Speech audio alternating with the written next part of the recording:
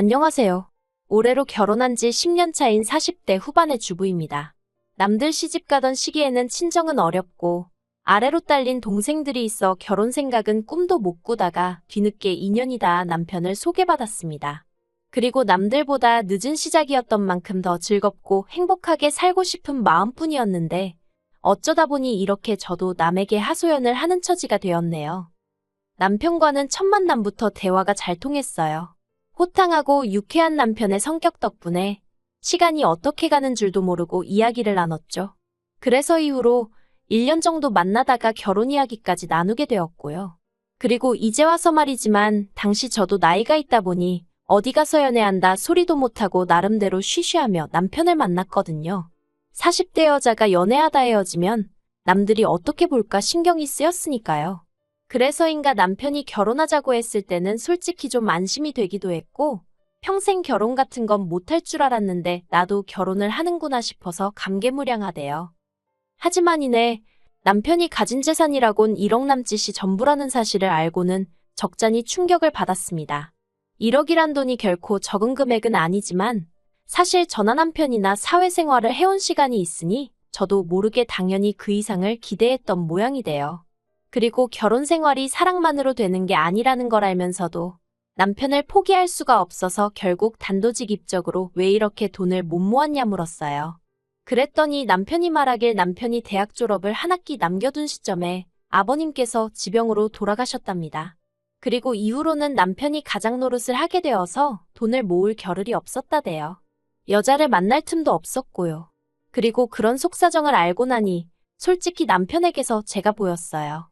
저야 물론 가장 노릇까지 한 것은 아니었지만 저 또한 친정 형편이 어려워 가고 싶은 대학도 포기하고 바로 중소기업에서 격리로 일하며 돈을 벌어야 했으니까요. 그리고 그 돈을 모아서 제 아래로 있는 두 동생의 대학 등록금을 댔습니다. 그리고 저는 31란 늦은 나이에 비로소 대학에 진학할 수 있었죠. 그나마 저는 친정아버지 사업이 뒤늦게 빛을 봐서 이후로는 비교적 여유 있는 생활을 하게 되었지만요. 아무튼 남편의 이야기를 들으니 공감도 가고 한편으론 이 사람 참으로 고단한 인생을 살아왔구나 싶은 게 어리석게도 제가 힘이 돼주고 싶다는 생각이 들대요. 처음 어머님께 인사를 드리러 갔던 날 어머님께선 제 면전에다 대고 집안 형편이 어려워 한 푼도 못 도와주신다는 말씀을 하셨습니다. 저도 뭐 어느 정도 예상을 하고 있었기에 네하고 말았고요. 그런데 어머님이 뒤이어 예물도 못 해주신다는 겁니다. 제가 얼마나 대단한 보석을 바랬던 건 아니지만 너무 딱 잘라 말씀하시는 어머님의 모습에 솔직히 서운했던 게 사실이에요. 하지만 그걸 따지고 들 수도 없으니 그저 또 네하고 말았지요. 아무튼 좋은 소리는 하나도 못 듣고 왔던 기억만 나네요. 신혼살림은 제가 살던 아파트에서 시작했는데 침대를 제외한 나머지 가정가구는 크게 바꾸질 않았어요. 연식이 3, 4년밖에 안 된 것들이라서 굳이 바꿔야 할 이유를 모르겠더라고요. 그러자 남편이 그럼 자기가 가진 1억으로 저에게 차를 사주고 싶다대요? 처음에 저는 당연히 거절을 했습니다. 직장에서 집까지 버스로 40분 정도면 출퇴근이 가능한 상황이었고 남편이 타는 차도 있었으니까 차가 필요하면 그 차를 빌려 타면 되지 싶었거든요. 그런데 남편이 제 덕분에 그래도 이렇게 번듯한 아파트에서 신혼생활을 하게 되었는데 자기가 뭐라도 해주고 싶어서 그러는 거라며 뭐든지 말해보라는 거예요. 그래서 고민 끝에 일단 현찰로 1억을 달라고 했습니다. 당시 제 계산으로는 나중에라도 차를 사던가 그게 아니면 괜찮은 데다 투자를 해볼까 뭐 그랬어요. 그런데 이 일로 어머님과 제가 크게 부딪히게 되었습니다.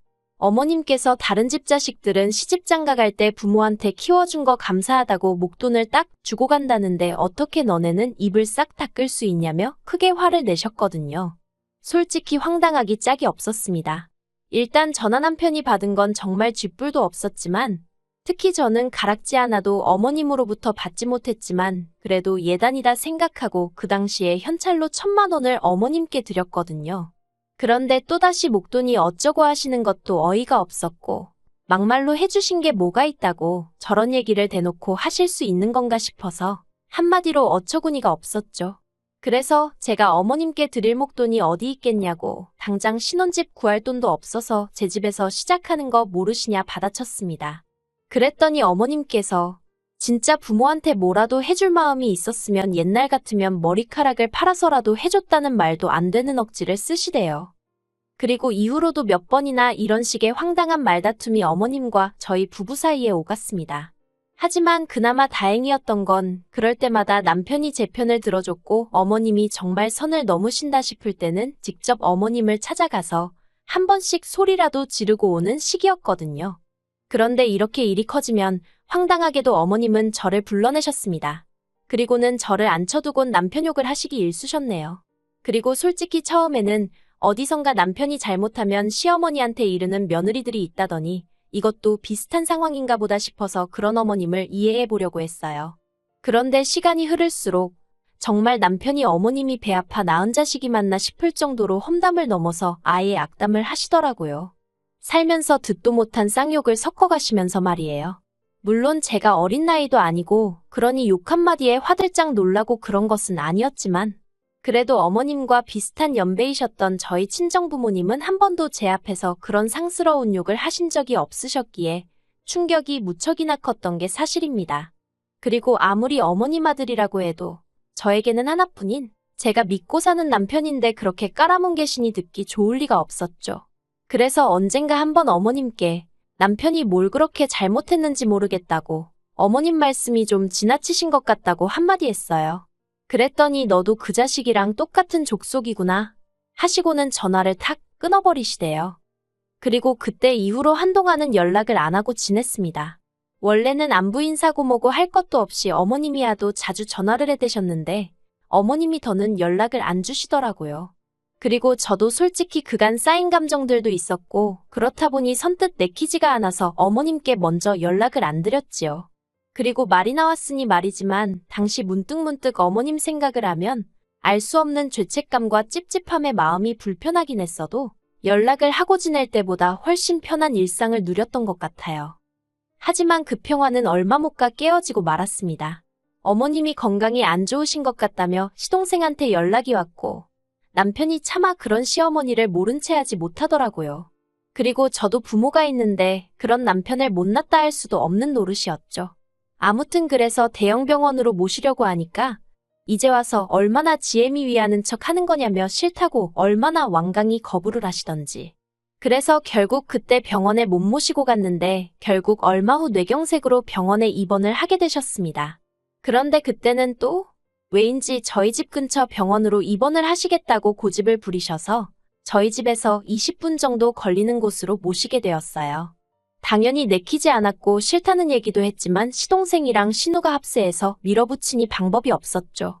그런데 문제는 막상 병원에 도착하니 어머님께서 담당 간호사한테 너 간호대학을 나왔냐 안 나왔냐 하시며 막말을 하시고 의사한테도 어디 의대를 나왔냐며 아니 정작 어머님 자식들도 서울에서 내노라 하는 대학 나온 자식도 하나 없는데 잘난 의사 학벌은 왜 따지시나 싶은 게 한마디로 제 낯이 다 뜨겁더라니까요. 정말로 너무 창피해서 모른 척하고 싶은 마음뿐이었네요. 사실 어머님의 막말은 상황을 가리는 법이 없었습니다. 평소에도 예를 들어 외식을 하러 식당에 갔는데 만약 음식이 당신 입맛에 안 맞으면 그냥 다음에 안 가시면 되잖아요. 그런데 꼭 주방까지 쫓아가서는 맛이 있네 없네 간이 짜네 어쩌네 한마디 하고 오십니다. 그래놓고는 하시는 말씀이 당신은 여장부 같은 성격이라 할 말은 다 해야 하고 따질 건 따져야 한다면서. 정작 그런 성격 때문에 주변 사람들이 힘들어하는 건 안중에도 없으셨죠. 오죽하면 남편이 먼저 자기 어머니지만 엮이기 싫다며 거리를 두자고 했을 정도였으니까요. 그러던 중 지난해 기어이 사단이 났습니다. 그때도 어머님하고 남편이 뭐 때문에 싸워서 한동안 서로 연락을 안 하고 지낼 때였어요. 그리고 저는 평소처럼 퇴근하던 길이었는데 어머님한테 전화가 걸려왔더라고요. 보나마나 또 남편 흉이나 보시려는 거겠지 싶어서 안 받으려다가 혹시나 위급 상황이면 어쩌나 싶은 생각에 결국 전화를 받았습니다. 그랬더니 아니나 다를까 아주 멀쩡한 목소리의 어머님이셨어요. 그리고는 떼지난 칠순 이야기를 하시면서 당신 칠순 때 왜 잔치를 안 해줬냐며 서운하다 섭섭하다 하시더니 저더러 저는 자식이 없어서 당신 속을 모른다며 막말을 하시더라고요. 저나 남편이나 늦은 결혼이었지만 그래도 혹시나 아이 하나는 가질 수 있지 않을까 하는 희망의 별의별 짓을 다 하다가 결국 안 된다는 걸 인정하고 간신히 마음을 추스리던 시기였는데 말이죠. 그리고 어머님 칠순잔치를 안 해드린 건 저희 친정아버지께서 암투병 끝에 세상을 떠나셨는데 그때가 어머님 칠순 2주 전이었습니다. 그러니 상황인지라 대단하게는 못하고 그냥 식구들 불러서 밥 한 끼 먹고 현찰로 목돈을 드렸거든요.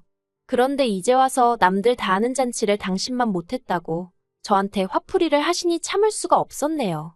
그래서 어머님께 정말 너무하신 거 아니냐고 그때 돈은 그럼 왜 받으셨냐고 다시 돌려달라고 했어요.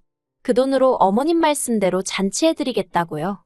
그랬더니 어머님이 그까짓 돈으로 무슨 잔치를 얼마나 크게 하냐면서 됐다고 신경질을 부리시더니 전화를 먼저 끊어버리셨습니다. 전화를 끊긴 후에도 한참 동안 뭐랄까 마음이 진정되질 않았습니다. 열불이 머리끝까지 올라온다는 게 이런 건가 싶고 손에 잡히는 건 전부 다 집어 던져버리고 싶을 만큼 우라가 치밀더라고요. 어떻게 집에 도착했는지도 모르겠는데 아무튼 집에 들어가니 남편이 먼저 와 있었어요. 그래서 남편더러 더는 못 참겠다고 한두 번도 아니고 왜 매번 둘이서 싸우고는 나한테 난리냐고 그리고 어떻게 내 앞에서 자식이 어쩌고 소리를 하시냐고 미친 듯이 소리를 질렀죠. 그랬더니 남편이 미안하다면서 앞으로 저 하고 싶은 대로 다 하라대요. 하고 싶은 말이 있으면 참을 거 없다고 그냥 어머님한테 대놓고 하라나요. 그리고는 남편이 그 자리에서 어머님께 전화를 걸더니 아주 악을 써댔어요. 할 말이 있으면 나한테 하지 왜 엄한 사람을 괴롭히냐면서. 그러니까 또 어머님이 한 발 물러나시대요. 당신은 그런 뜻이 아니었는데 제가 오해를 한 것 같다면서. 그래도 끝끝내 저한테 미안하다고 직접 사과는 안 하셨지만요. 그리고 그때부터 저는 어머님하고 연락을 안 하고 살았어요. 막말로 연락을 안 하고 사는 동안 저는 불편한 건 하나도 없었네요. 그런데 올해 초 뜻밖의 소식을 접하게 되었습니다. 시동생이 자기가 어머님을 모시고 살 거라며 저희와는 상의도 없이 어머님이 사시던 집을 팔았다는 거예요. 그런데 더 어이가 없는 건 어머님이 집 한 돈 1억을 전부 시동생한테 주기로 하셨다는 겁니다. 황당하고 어이가 없었죠. 아무리 어머님 재산이라지만 저희 부부가 결혼한 이후로 매달 어머님 생활비에 보태시라고 드린 돈이 얼마며 그간 어머님이 남편과 자주 부딪히기는 했어도 결국 어머님 수발 드는 건 전부 다 저희 부부의 몫이었는데 어떻게 그러실 수 있나 싶어서요. 그리고 말이 좋아 시동생이 모시고 사는 거지. 시동생은 바람을 피다 동서한테 들켜서 이혼을 당한 상황이었어요. 그러니 어머님 입장에서는 시동생이 혼자 그러고 사는 게 안쓰러웠을 테고 시동생은 시동생대로 그동안 동서가 하던 집안일이며 살림을 도맡아줄 누군가가 필요했던 거겠죠. 그래서 결국 참다 못한 저와 남편이 어머님을 찾아갔습니다. 그리고는 어머님께 문 좀 열어보시라고 얘기 좀 하자고 했어요. 그랬더니 어머님께서 정말 아무렇지도 않다는 표정으로 문을 여시더니 돈이 아쉬워서 찾아왔냐며 역시 돈이 최고라는 말씀을 하시대요. 그리고 그때였어요. 남편이 갑자기 어린애처럼 엉엉 울면서 자기가 내내 아버지 빈자리 메꾸다 뒤늦게 장가갈 때 어머니는 나한테 뭘 해주셨냐고 따졌거든요. 아마 자기도 남잔데 어쨌든 장가올 때 집도 제가 해왔지. 이후로 재산 형성에 있어서도 친정으로부터 도움을 많이 받았다 보니 저에게 티는 내지 않았어도 나름대로 속에 쌓인 게 있었던 모양이에요. 그리고 그런 게 결국 참다 터져나왔던 거죠. 그런데 정작 어머님께서는 어이가 없다는 표정으로 남편을 바라보시더니 첫째로 태어나면 원래 다 그렇게 사는 거라면서 별것도 아닌 걸로 운다고 한심하다시대요. 그리고 이후로 전 그래도 미운하고 오나 남편 어머니라는 생각에 마음이 영 찜찜했는데 남편은 신경 쓸 거 없다면서 아주 어머님의 이응자도 못 꺼내게 했어요. 그러다 며칠 전 어머님한테 연락이 왔습니다. 그 일이 있고 거의 반년 만이었죠. 어머님이 할이하기가 있다며 저만 오라고 해서 찾아갔더니 뭘 하시는 줄 아세요? 저더러 돈 좀 해달랍니다. 시동생이 새장가를 가겠다고 드는데 해줄 돈이 없대요. 어이도 없고 한편으론 그때 그 1억은 어디로 갔나 싶어서 어머님 집 한 돈 있잖아요 하니까 그건 벌써 주식인지 뭔지에 다 썼다고 그런다고.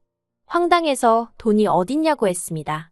그랬더니 어머님이 어차피 너네는 자식도 없는데 죽을 때 그 돈 다 싸지머지고 갈 거냐면서 저희가 결혼 생활하는 동안 부동산으로 재산이 조금 늘었는데 그걸 염두에 두고 하시는 말씀이셨죠. 너무 짜증도 나고 아무리 저보다 어른이라지만 뻔뻔한 태도에 정말 진저리가 나더라고요. 그래서 무슨 얘기를 하시는 건지 모르겠다고 제가 해줄 수 있는 건 아무것도 없다고 딱 선을 그었어요.